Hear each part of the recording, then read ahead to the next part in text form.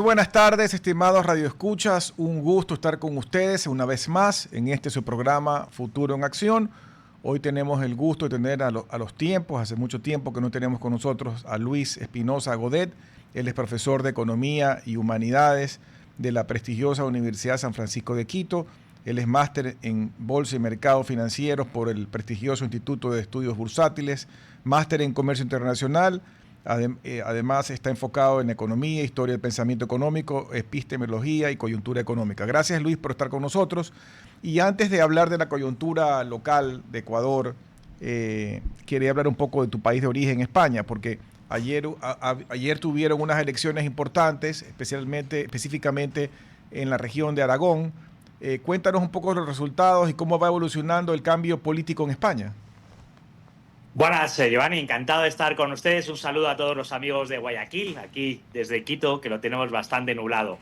Sí, ayer hubo elecciones en Aragón. En realidad es una comunidad autónoma, una de las regiones de España relativamente pequeña, 1 millón de habitantes, pero que es bastante significativo porque los resultados electorales en esa región se suelen repetir bastante bien en el resto del país. Y la realidad es que de todas las elecciones regionales que ha habido en los últimos 2 años, el Partido Socialista está teniendo una debacle, llegando a sus mínimos históricos, y las izquierdas, aquello que era Podemos con Pablo Iglesias y Irene Montero, que era tan famoso, que luego se hicieron una nueva izquierda en Sumar, en general toda la ultraizquierda también se está hundiendo sin tener representación parlamentaria.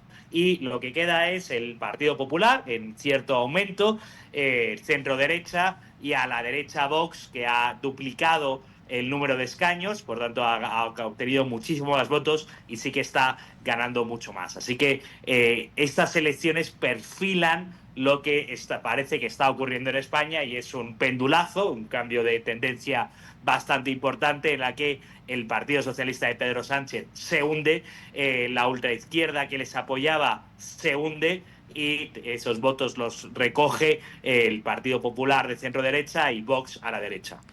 El tema de la migración es un tema polémico en todo el mundo, causa muchos problemas y conflictos en los Estados Unidos con la política migratoria actual, y en Europa pues también hay grandes problemas en algunos países y España no está libre de eso.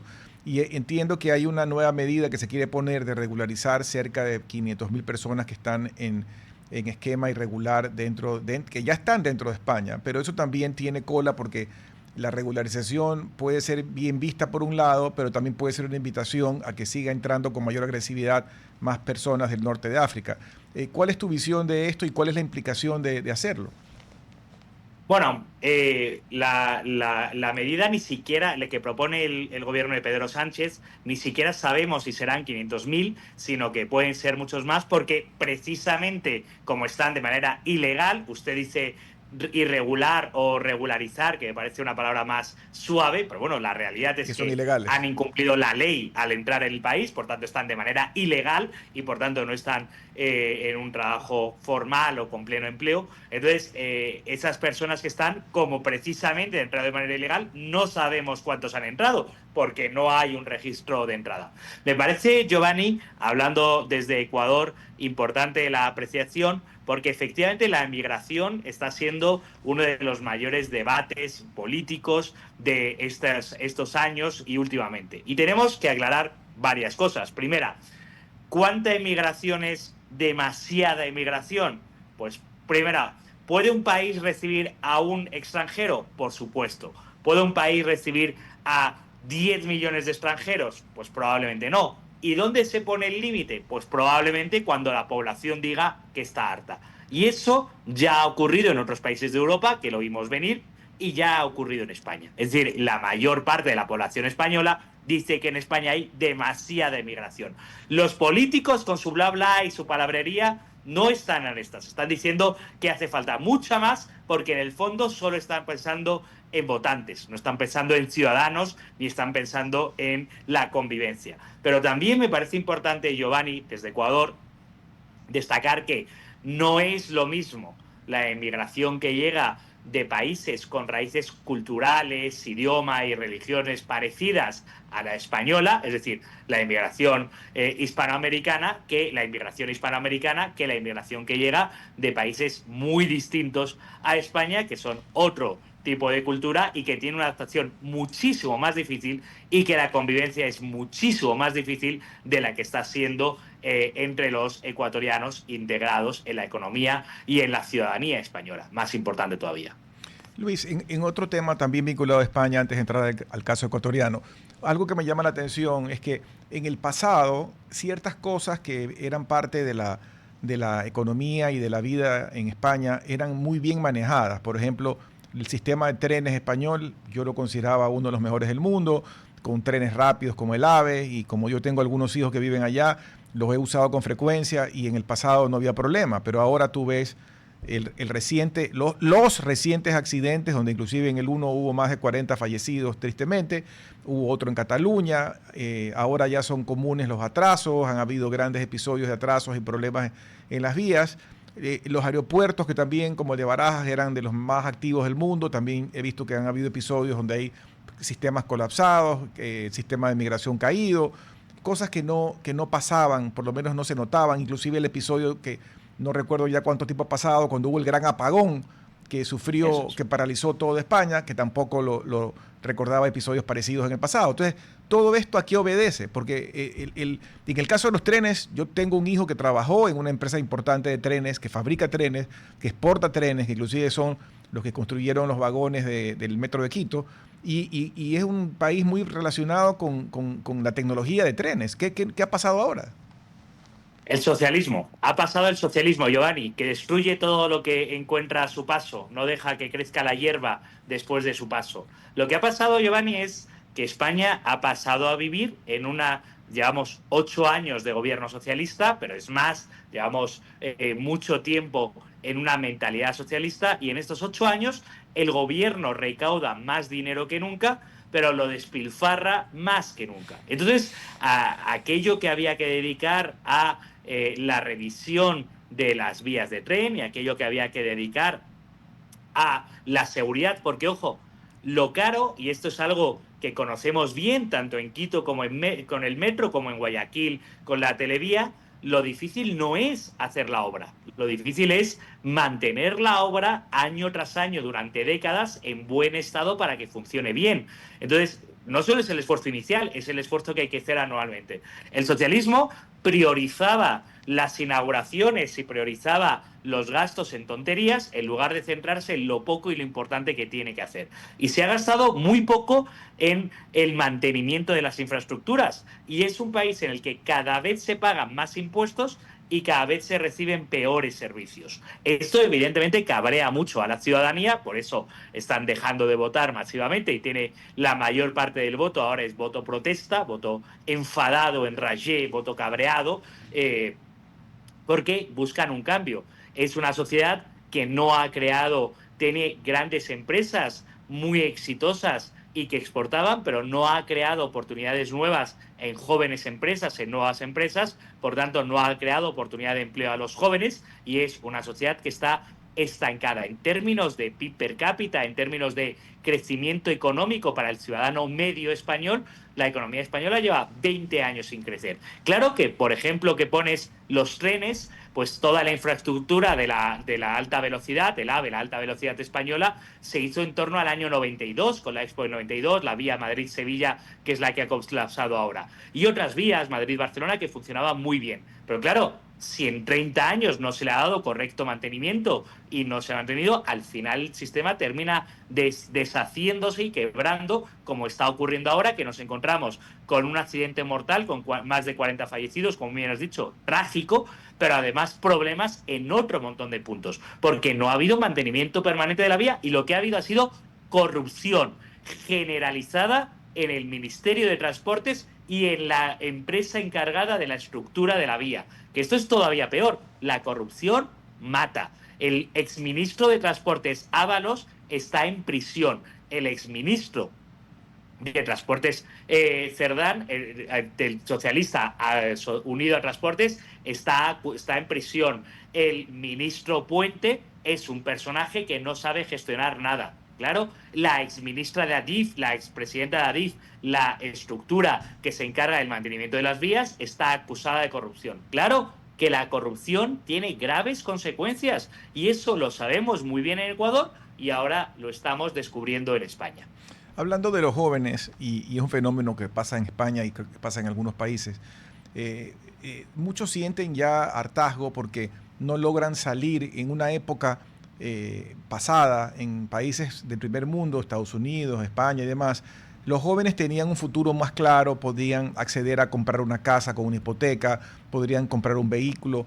Y como me decía un escritor español muy conocido en un conversatorio que yo estuve en Madrid, decía, el problema es que ahora los jóvenes ya con suerte lo que pueden tener es una patineta, de esas eléctricas que hay ahí, y ya lo demás no pueden, porque ganan mal, encima de que ganan mal, les descuentan impuestos, inclusive a los autónomos. Entonces, en esa línea de pensamiento, me sumo a lo que tú mencionas de que deben estar, digamos, ya hartos de lo que sucede, pero ¿cómo salir de esa trampa? Porque de todos modos ha habido mucho aguante, ¿no? Porque ha ido creciendo paulatinamente, como el cuento de los que metes en el agua caliente, que la vas calentando de a poco, pero todavía no se ve, yo no veo, digamos, en el horizonte que todavía vaya a haber elecciones anticipadas o nada de eso. Bueno, tuvimos elecciones en el 2023, todavía nos queda, pero sí que es cierto que el voto mayoritario a partidos como Vox en España, pero a partidos de una derecha que quiere cambios en toda Europa, es el voto de los jóvenes. Los jóvenes, el partido más votado entre los jóvenes en España es Vox, con mucha diferencia, y en general a las elecciones al Parlamento Europeo, por ampliar la foto, el voto de los jóvenes es mayoritariamente de derechas. ¿Por qué? Porque quieren cambios, y los que quieren cambios y los que llevan en el establishment, los que llevan el gobierno, los que llevan dando órdenes demasiados años, son el Partido Socialista o el centro izquierda bien pensante. Un centro izquierda que creció a base de asustar a los jóvenes diciéndoles que no iban a tener futuro porque ya iba a llegar el cambio climático y entonces era un gran problema. Un centro izquierda que creció a base de asustar a los jóvenes diciendo que si llegaba la derecha o el neoliberalismo se iban a quedar sin nada, y la realidad es que a día de hoy tienen más impuestos que nunca, la vivienda más cara que nunca, por tanto la inmensa mayor parte de los jóvenes no pueden acceder a una vivienda, siguen viviendo con sus padres. No hay ofertas de empleo porque no hay creación de empresas y la regulación de la Unión Europea hace muy difícil que se cree empleo. Por tanto, es muy difícil ver un futuro o una esperanza. Y en esta situación se dice que van a regularizar todavía o legalizar a 500.000 o más extranjeros, y a saber los que van a llegar. Claro, es muy distinto que vengan extranjeros a un país que está teniendo crecimiento económico y por tanto puede absorber esa mano de obra y dar cierta calidad de vida, a que lleguen personas extranjeras a un país que no tiene crecimiento económico, que no tiene empleo entre los jóvenes o que tiene la mayor tasa de desempleo juvenil de la Unión Europea, que no tiene vivienda asequible para los ciudadanos. Claro, es muy distinto. Por tanto, y además es muy distinto el tipo de discurso, ¿no? También en España, como en todo el mundo, las ideologías de izquierdas en los últimos años han generado más diferencia entre hombres y mujeres. La ideología en los jóvenes se han separado mucho.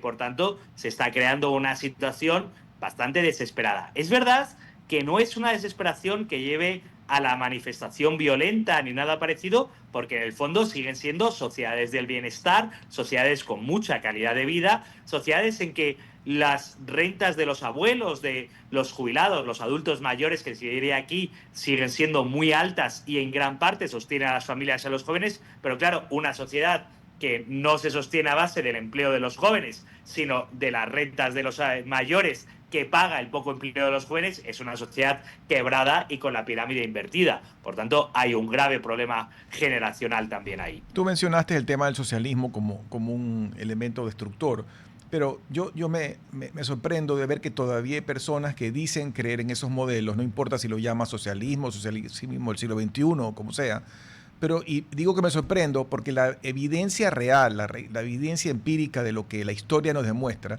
y yo aquí en este programa muchas veces he preguntado, díganme ustedes un país que ha seguido el modelo del socialismo, que hoy en día sea un país próspero, con una clase media sólida, con una juventud que esté progresando, y nadie me contesta cuál es, porque yo veo que los asiáticos que progresaron, y China ha sido comunista, pero hoy en día mantiene un modelo, digamos, fuerte en lo político, pero muy abierto, muy capitalista en lo económico. Lo mismo está pasando con Vietnam. Los que se desarrollaron, Corea, Singapur, no fue por la vía del socialismo. Y en cambio en Sudamérica todavía hay algunos iluminados que siguen cantando las canciones de Che Guevara. Mira la pobreza en la que está sumida Cuba. Conversando el otro día con una persona que vive hace muchos años aquí de origen cubano, me decía que ya no hay, ni siquiera le dicen apagones, porque son tan pocas las horas de energía que más bien dicen alumbrones. Ellos se sorprenden es cuando llega la energía. Así de mal están las cosas de Cuba. Entonces la pregunta es, ¿por qué siguen algunos convencidos de que esto funciona?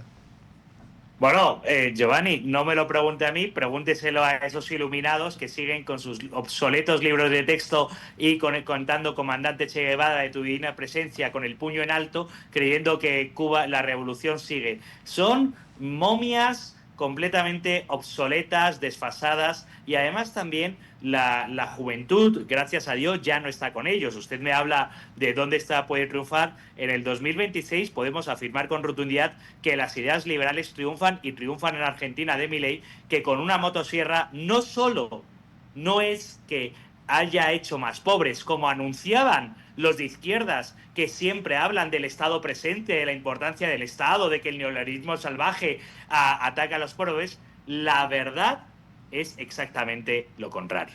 La verdad es que quien ha reducido la pobreza a la mitad en 2 años en Argentina ha sido Milei, con políticas liberales. Y aquí los de izquierdas siguen diciendo, oh no, qué horror, el liberalismo, reducción del Estado, ¿quién se va a encargar de los pobres? Precisamente como nos preocupan los pobres, queremos reducir los impuestos. Precisamente como nos preocupan los pobres, queremos que haya más empresas en el país y crear empleo. Precisamente como nos preocupan los pobres, queremos libre comercio y libre iniciativa privada para que puedan comprar productos más baratos de otros lugares. Y eso, los cabezas cuadradas de los comunistas que todavía habitan el continente, el español, el europeo y el latinoamericano, por desgracia, siguen en las ideas obsoletas de hace 50 años, fracaso tras fracaso, llorando porque el dictador Maduro, el execrable dictador Maduro, está en una prisión en Nueva York, y llorando derecho internacional o no sé qué tonterías más, en lugar de alegrarse por los venezolanos que ven un atisbo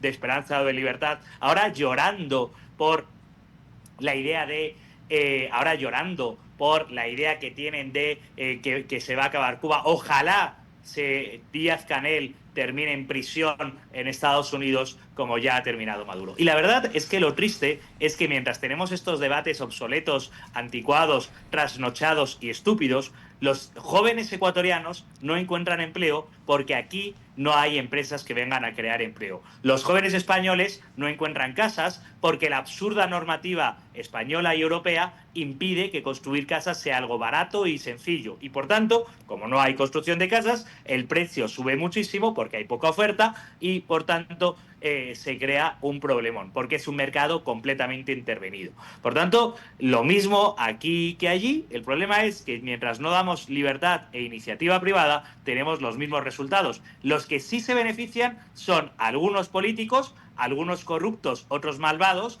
y los que sí se benefician son todos los que rodean ese sistema, periodistas muy bien pagados, etcétera, etcétera, que los que viven del Estado, de las subvenciones y demás, muy bien, a costa de la inmensa mayor parte de los ciudadanos sufriendo. Pero sí hay salida. Argentina nos ha demostrado que hay salida, pero para ello se necesita ideas, convicción y determinación. Y no veo nada de eso en un futuro próximo. En España sí, veo estoy más esperanzado con el futuro de España, porque aunque todavía sigamos teniendo al impresentable de Sánchez en la presidencia, es evidente que la inmensa mayor parte del pueblo está en contra de él, no hay más que ver los últimos resultados electorales, y es evidente que hay nuevas iniciativas, nuevas ideas, ganas de cambio, esperanza, ilusión por recuperar una España que nos están robando. Antes de irnos al corte, quería hacerte una pregunta porque has mencionado el tema de los impuestos y yo tengo cierta duda intelectual al respecto del tema porque evidentemente en muchos países, incluyendo los europeos, donde hay pues este modelo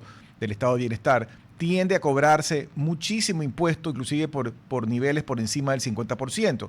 Y yo reflexiono y digo, bueno, si yo soy esa empresa, si yo soy ese autónomo, si yo soy ese ejecutivo que me he roto la cabeza o el lomo o lo que sea para producir y me quitan más de la mitad de lo que yo produzco, como que el incentivo a seguir dándole esfuerzo no existe, ¿no? Porque yo para qué voy a trabajar para que se me lleve el Estado más de la mitad de lo que yo gano. O sea, no suena justo. Sin embargo, sucede y la pregunta es si esto es un modelo que en el tiempo puede sostenerse. ¿Y cuál es el nivel justo? ¿25%, 30%? ¿Cuáles son las sociedades, según la historia económica, que mantienen, cuál es el nivel que se puede mantener para al mismo tiempo generar crecimiento, generar estímulos a la producción y al mismo tiempo también mantener asistencia a los que lo necesitan? Bueno, Giovanni, el tema que planteas es complejo y evidentemente cada uno tendrá una opinión, porque entre los que piensan que hay que pagar el 0% de impuestos anarcocapitalistas y los que piensan que hay que pagar el 100% de impuestos comunistas, caben todas las ideas y todos los planteamientos. Yo quiero hacer dos matices. Primer matiz, tres matices en realidad. Primero, los ciudadanos estarán dispuestos a pagar más impuestos si perciben que los impuestos están bien gastados y les repercute en su bienestar. Es decir, pagar impuestos y tener una educación o una sanidad de excelente calidad o unas carreteras de excelente calidad es muy distinto a pagar impuestos y que el Estado ni siquiera sea capaz de garantizar la seguridad, que es su primera prioridad, como ocurre en Ecuador. Por tanto, no es tanto cuánto, sino para qué. Si es eficiente el gasto, los ciudadanos estarán dispuestos a pagar más. En segundo lugar, los ciudadanos, el nivel óptimo de impuestos es algo que tiene que defender, que definir los ciudadanos en una votación, pero sería bueno que los ciudadanos vean distintas opciones. Es decir, se podría hacer un sistema de educación pública y también dar facilidades para que haya más institutos de educación privada y que cada uno decida libremente dónde quiere ir. Un sistema de sanidad pública y dar muchas facilidades a la sanidad privada para que puedan decir, ojo, que esto incluso ayuda a la sanidad privada, porque cuantos más ciudadanos, la sanidad pública, perdón, cuanto más ciudadanos eligen sanidad privada, quitas carga de trabajo a la sanidad pública. Por tanto, el sistema en que están ambas presentes es más eficiente y funcionan mejor ambas, pero hay que no ponerles dificultades o darles trabas. Y, en tercer lugar, el modelo nórdico, que se vende tanto como un gran éxito, hay que dejar bien claro dos cosas. Primera, en Noruega no hay salario mínimo, o el modelo nórdico no hay salario mínimo, no hay apenas impuestos a la empresarialidad. Luego, el modelo es, oiga, usted haga mucha plata, le voy a dar muchas facilidades para montar una empresa, para crear un negocio, para contratar, todo eso va a ser muy libre.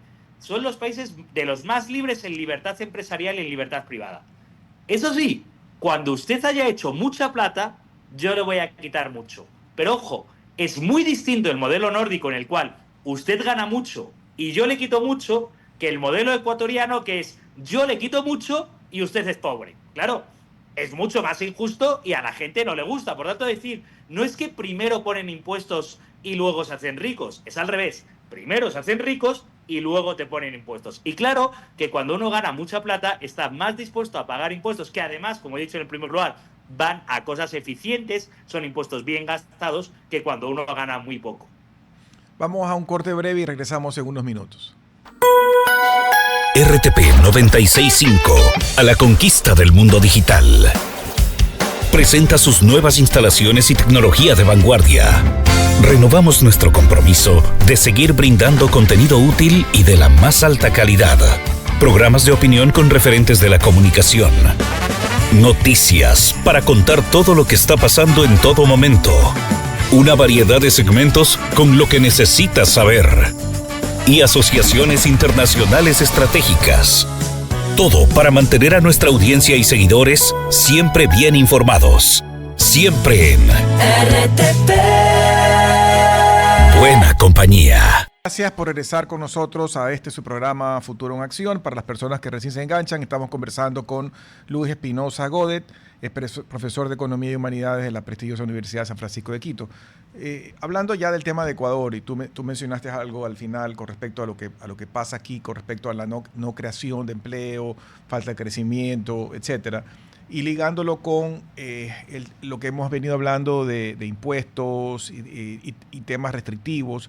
Aquí hay varias cosas que en el Ecuador no se han corregido. Hay que aplaudir el hecho de que el presidente Noboa hizo una gran corrección al momento de liberalizar el tema del diésel, que ha sido un tabú que se ha mantenido durante décadas aquí en el Ecuador, y inclusive nos dijeron que si se cambiaba eso, pues iba a haber un estrepitoso crecimiento de los precios, y mira que en diciembre no ha habido, hasta diciembre, mayor crecimiento y algunas cosas han bajado. O sea que eso fue otro de los tantos mitos y leyendas de gente que no quería el cambio.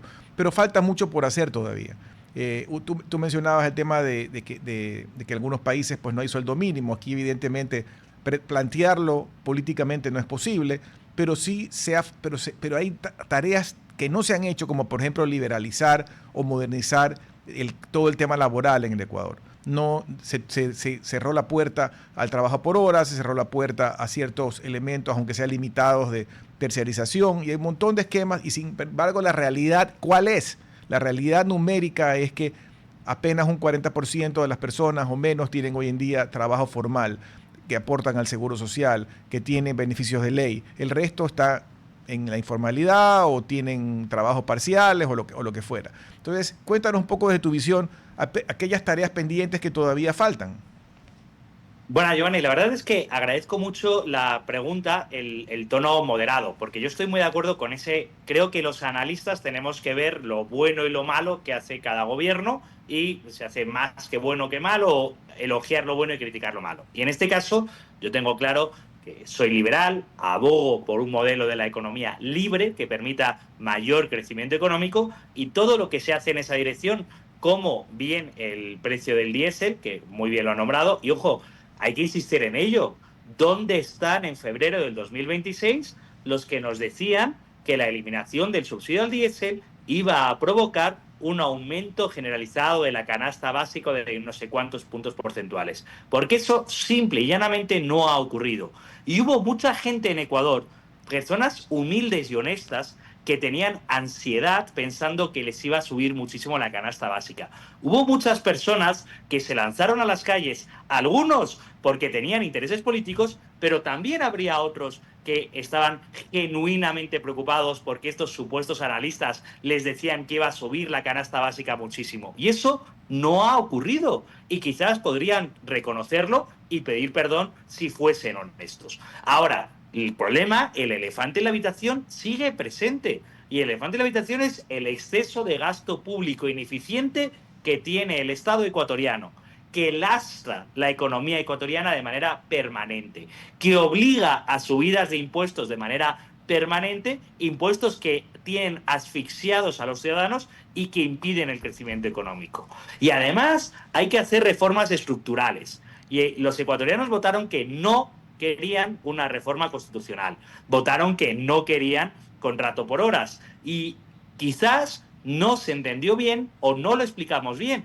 porque la realidad es que 2/3 partes de los ecuatorianos no tienen empleo adecuado. Esto es, no les afecta el salario básico porque ganan menos que el salario básico, y no les afecta el contrato por horas porque no tienen un contrato legal. Ahora, les queríamos dar una alternativa, les queríamos dar más modalidades de contrato para que puedan elegir, y para que esas 2/3 partes que no tienen empleo adecuado puedan buscar alternativas. Oiga, y votaron que no. Claro, no podemos extrañarnos de que sigamos sin empleo adecuado si seguimos haciendo lo mismo que impide que haya empleo adecuado. Si seguimos impidiendo la creación de nuevas empresas, porque en Ecuador es muy complicado crear una empresa y es muy complicado mantenerla. Si seguimos poniendo trabas al libre comercio, recientemente con los aranceles que se han puesto a Colombia, como hemos podido escuchar en las noticias anteriormente en RTP. Podemos seguir hablando de la necesidad de simplificar los impuestos, como ya hemos hablado. Y, evidentemente, el problema principal de la economía de este país es la seguridad. Mientras no haya seguridad física, mientras siga habiendo miles de muertos cada año y cada año más, es imposible pensar en que va a venir empresarios, en que va a venir. Y la principal labor del Estado es garantizar la seguridad de los ciudadanos. Y frente a todas las tonterías que hace el Estado y la que despilfarra el dinero, o que no hacen pero hacen como que hacen, la prioridad número uno, y por la que se va a juzgar al gobierno de Noboa, sin duda, es si consigue reducir de manera drástica la seguridad en todo el país y especialmente en Guayaquil, que tanto lo está sufriendo. Y en la línea de hacer estos cambios, la seguridad, pues estoy 100% de acuerdo contigo, porque si eso no se soluciona, aunque hagas los otros correctivos, pues todo se cae a pedazos. Pero hablando de otros correctivos, y tú mencionabas en la primera parte del programa el tema de los impuestos, hay un impuesto que está todavía vigente en el Ecuador y que causa mucha distorsión, que es el ISD, el impuesto de salida de divisas. Si yo quiero aclarar que si yo fuera el presidente Noboa, yo y estando pues en la silla de mando con la realidad que tenemos en el gasto fiscal, el déficit fiscal, etcétera, entiendo por qué no eliminarlo y entiendo por qué aguantarlo mientras tú arreglas las cuentas. La pregunta es qué efecto tiene ese impuesto y si debe ser prioritario encaminarnos hacia su eliminación, cambiarlo por otra cosa, o como tú decías, sacar la motosierra que sí sacó el presidente Milei, que todavía no la veo sacar en el Ecuador. No. Los datos son los datos. El supuesto presidente ultra, neo, mega, hiperliberal, que se supone, según las izquierdas, que es Noboa, yo no lo veo por ningún lado, no solo no ha reducido el gasto público en Ecuador, sino que lo sigue aumentando. Incluso habiendo eliminado los 1.000 millones al subsidio, que ya hemos dicho que nos parece un paso adecuado y en la buena dirección. Pero falta muchísimo. El presidente que subió el IVA para garantizar la seguridad y ahora tenemos más IVA y no tenemos seguridad. El impuesto a la salida de divisas es tremendamente distorsionador para la economía de un país. Es básicamente poner impuestos a la conexión entre la economía ecuatoriana y el resto del mundo. Es como poner impuestos a la importación, lo que es una barbaridad. Sin embargo, ese es solo uno de los cientos, y digo bien, cientos de impuestos que tiene Ecuador, tremendamente distorsionadores y que apenas recauda nada. En mi opinión, y ha quedado claro que soy liberal y partidario de bajar los impuestos, pero en mi opinión sería mucho mejor eliminar la mayor parte de los impuestos del Ecuador, todos los que no recaudan casi nada, así sea, y dejarlo en 2 o 3, así sean más altos. Prefiero pagar más IVA o más impuesto a la renta. En Ecuador el IVA lo pagan todos, la renta lo pagan unos pocos. Prefiero que se pague más IVA, pero eliminar los otros 100 impuestos distorsionadores que más se pierde en recaudarlos de lo que recaudan, o que básicamente más problemas causan a los que los pagan de lo que se recauda, y tener un sistema impositivo sencillo. ¿Por qué sencillo? Porque es justo que sea sencillo. Si el Estado nos va a quitar parte de nuestra plata, tenemos derecho a saber cuánto nos va a quitar y a qué lo dedica. Y el Estado no es transparente en ninguna de las dos partes. Por tanto, cuanto más sencillo sea el sistema impositivo, menos vericuetos legales hay para que el amigo de amigo o el que tenga un buen asesor fiscal o el que se sepa la trampa pueda pagar menos, porque si es un impuesto sencillo y simple, igual para todos, es muy difícil escabullirse de él, como ya ocurre en Ecuador con todos esos que están bien intencionados. Por ejemplo, que los adultos mayores paguen menos IVA. Está bien intencionado. La realidad es que muchísimas familias les cargan cargos a los adultos mayores que hace el conjunto de la familia. ¿Es eso justo? No. Por tanto, en lugar de hacer algo cada vez más complicado, tenemos que hacer algo cada vez más sencillo para que sea justo y todos sintamos que pagamos nuestra parte correspondiente. Quiero hacer un paréntesis de lo que estamos hablando, porque también hemos hablado en algún momento dado de los aranceles. Y yo te hago la pregunta porque cuando yo fui a la universidad en los 90s, hace algunas décadas, y lo hice en Estados Unidos era, y creo que todavía es, el campeón de la promoción del libre comercio, de la libre empresa, del fomento del emprendimiento, donde están pues las grandes inversiones en tecnología, etcétera. pero hoy en día estamos viendo en un mundo distinto, en un mundo donde ya se ha vuelto normal hablar otra vez de aranceles, donde hay un comercio administrado, donde se imponen poderes de un lado u otro para poder ver, bueno, qué logro aquí, qué logro allá, pero esta visión que había antes de tener todas estas organizaciones mundiales, la OMC y otras, para fomentar la libertad de inversiones y de comercio, parece que ese mensaje se ha cambiado. ¿Por qué crees tú que esto ha venido y si tú crees que se quedará o será una moda pasajera? Mira, Giovanni, hace una hora estaba en la clase de Introducción a la Economía contándoles a mis queridos alumnos una anécdota bastante significativa a este respecto. Hace bastantes años, antes de que yo viniese a Ecuador, conocía muy pocos ecuatorianos, evidentemente, y conocía a un ecuatoriano que había escrito una tesis doctoral sobre los debates sobre el libre comercio en Estados Unidos en el siglo XIX. Y yo le pregunté, ¿por qué hacer un trabajo sobre un debate completamente superado y que ya no tiene mayor interés? Y esta persona me dijo, tú no has estado en América Latina, ¿verdad, Luis? Y yo, pues no, todavía no lo conozco. Y me dijo, este es el debate de moda ahora mismo en Ecuador. Y yo le miré como si me estuviese diciendo que en Ecuador están debatiendo si el Sol es el centro del universo, o como si en Ecuador están debatiendo si el hombre procede del mono. O sea, debates científicos completamente superados, que yo le miraba y decía, oiga, ese debate no tiene ni pies ni cabeza en este momento. Claro, ¿cuál no es mi sorpresa cuando yo me vengo a vivir a Ecuador un tiempo después y me encuentro que efectivamente hemos debatido sobre las salvaguardias de Correa, hemos debatido sobre los aranceles de Trump, ahora estamos debatiendo sobre los aranceles de Noboa? Es decir, parece que vuelve a ser el gran debate de moda. Y la realidad es que la evidencia teórica, los argumentos teóricos que hace 20 o 30 años, cuando yo estudiaba en la universidad, como usted, dábamos por asumido que estaba superado, los argumentos teóricos que nos decían el libre comercio favorece el bienestar de ambas naciones y solo los países que practican libre comercio pueden prosperar, siguen siendo perfectamente sólidos.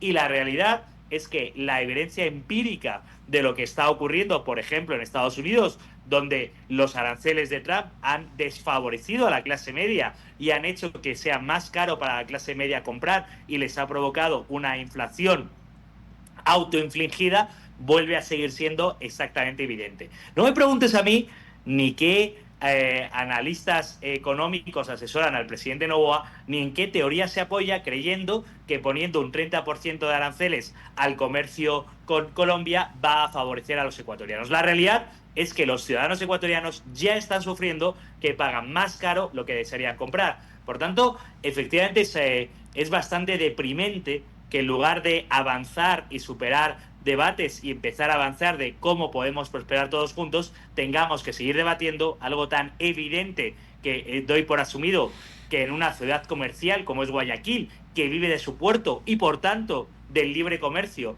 tienen perfectamente claro que es el libre comercio favorece a todos los que participan en él, todavía tengamos que seguir discutiendo sobre si imponer aranceles del 30% al país vecino va a favorecer a los ciudadanos del propio país.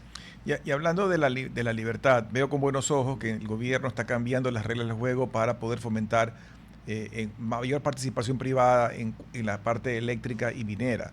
Creo que es una tarea que el Ecuador la tiene pendiente. No sé, yo no soy experto en la materia y no sé si los cambios, no los he profundizado, sean suficientes, pero ahí viene la pregunta porque, digamos, hemos vivido épocas repetidas de apagones.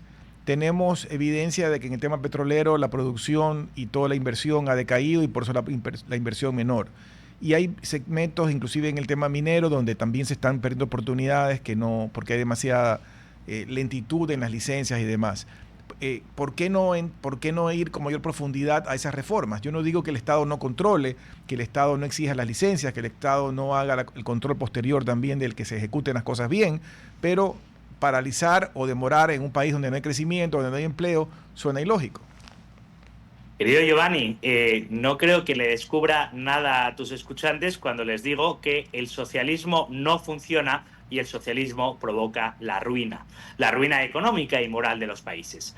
La Constitución ecuatoriana dice lo que dice y dice que hay sectores que debe controlar el Estado y dice que hay sectores que solo lo pueden hacer empresas estatales. Y además no solo eso ya es grave, sino que la interpretación de la Corte Constitucional incide sobre ello, impidiendo la libre iniciativa privada en el sector eléctrico. ¿Por qué hay apagones en el sector eléctrico ecuatoriano? Porque lo controla el Estado, simple y llanamente.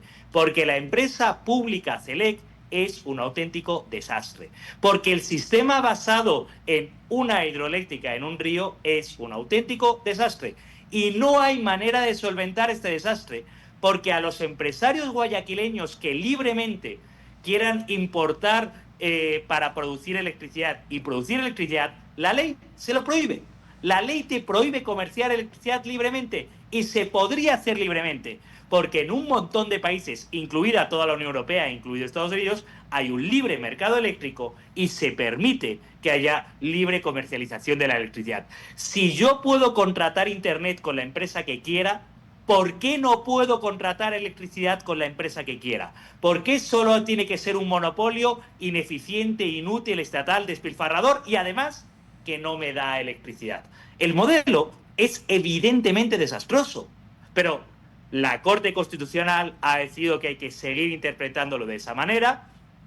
Los ecuatorianos han decidido que no quieren una reforma constitucional y, por tanto, lo más probable es que en Ecuador vuelva a haber apagones, porque a día de hoy no hay apagones porque dependemos del caudal de un río, que evidentemente fluctuará y evidentemente habrá años que habrá menos y habrá años que habrá más. La demanda de electricidad crece cada año en Ecuador, porque cada año hay más ecuatorianos que viven con mayor calidad de vida y por tanto deciden consumir más electricidad. Y está muy bien.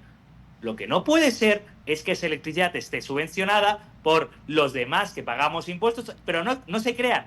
Lo que usted no paga en la planilla de la luz y la electricidad, lo paga en impuestos, porque al final la luz la paga usted, o en la planilla de la luz o en impuestos. Pero ¿qué lo paga? Lo paga. En este mundo no hay nada gratis, nadie regala nada. Por tanto, va a pagar la planilla de luz. ¿Cuál es el problema?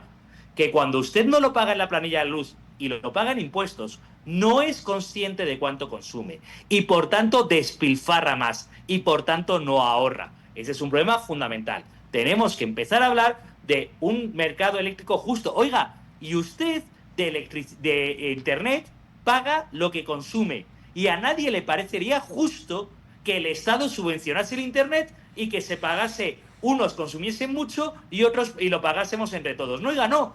Cada uno que pague lo que consume, que es lo justo. Evidentemente es lo justo. Entonces, este sistema nefasto lleva a estas consecuencias nefastas. Y lo que no puede ocurrir es que cuando vuelva a haber apagones, porque lamento decir que lo más probable es que volverá a haber apagones, porque ahora dependemos de la Virgencita, de cuánto llueva, cuando vuelva a haber apagones, no nos podemos extrañar y culpar a quien sea, porque la culpa es de la Constitución, la Corte Constitucional y el sistema. Es un problema sistémico. Y claro que volverá a haber apagones, porque ese sistema de monopolio estatal no funciona. No funciona la electricidad, no funciona en la telefónica cuando había una telefónica estatal, no funcionaba en las aerolíneas cuando había una aerolínea estatal. Simplemente el Estado es pésimo monopolista y es pésimo gestor, prácticamente en todo lo que intenta gestionar. Hablando de funcionar o no funcionar, otro de los elefantes en la habitación que inclusive afecta mucho las finanzas públicas es el tema del seguro social.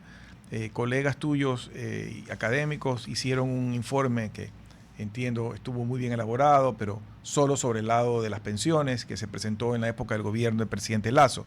Pero entiendo que no ha pasado nada después de ese informe. ¿Cuál es tu visión de este otro elefante blanco? Bueno, me alegra mucho, Giovanni, que nombres el informe, porque evidentemente fue un excelente trabajo del profesor de la Torre, colaboró el profesor Pablo Lucio Paredes de mi universidad, y fue un excelente y honesto trabajo. Y ese trabajo decía una verdad evidente. El sistema de la seguridad social en Ecuador está quebrado y hay que hacer reformas estructurales ya, porque el problema no se va a solucionar mágicamente, el problema solo se agrava cada año. Y cada año que no hacemos reformas estructurales hay un problema mayor. Un problema mayor que se acumula en que los adultos mayores van a poder recibir peor pensión, un problema mayor que se acumula en un sistema de la seguridad social, de la salud, de la seguridad social, está corrompido, e ineficiente, porque que hay corrupción en los hospitales en Ecuador es público y notorio. Cualquiera que lea las noticias o que escuche RTP Noticias lo sabe, porque hay noticias sobre esto constantemente. Entonces, ahora, esto es como con el gasto público. El elefante en la habitación está.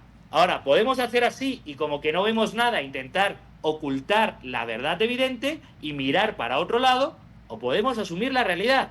Y la suma de la realidad es que tenemos que hacer reformas estructurales, que contengan un componente de capitalización. Y ojo, yo puedo ser partidario de un sistema de la seguridad social, y es un tema en el que llevo pensando años, más pro libertad de mercado y más de capitalización, más parecido al modelo chileno antes de que lo destrozasen. Y otros podrán ser partidarios de otro modelo. Y evidentemente, para eso está la política y la sociedad civil. Tendremos que hablar entre todos de los pros y los contras de los sistemas. Lo que no podemos hacer es mirar para otro lado como que no hay un problema y no querer hablar de la solución o proponer soluciones populistas, estúpidas e imposibles, porque cualquier solución que pase, que paguen los más ricos, que no hay que alargar la edad de jubilación, hay que rebajar la edad de jubilación. Soluciones populistas que no dicen cómo se va a financiar solo empobrecen más a la población. Tenemos que tener un debate adulto, serio,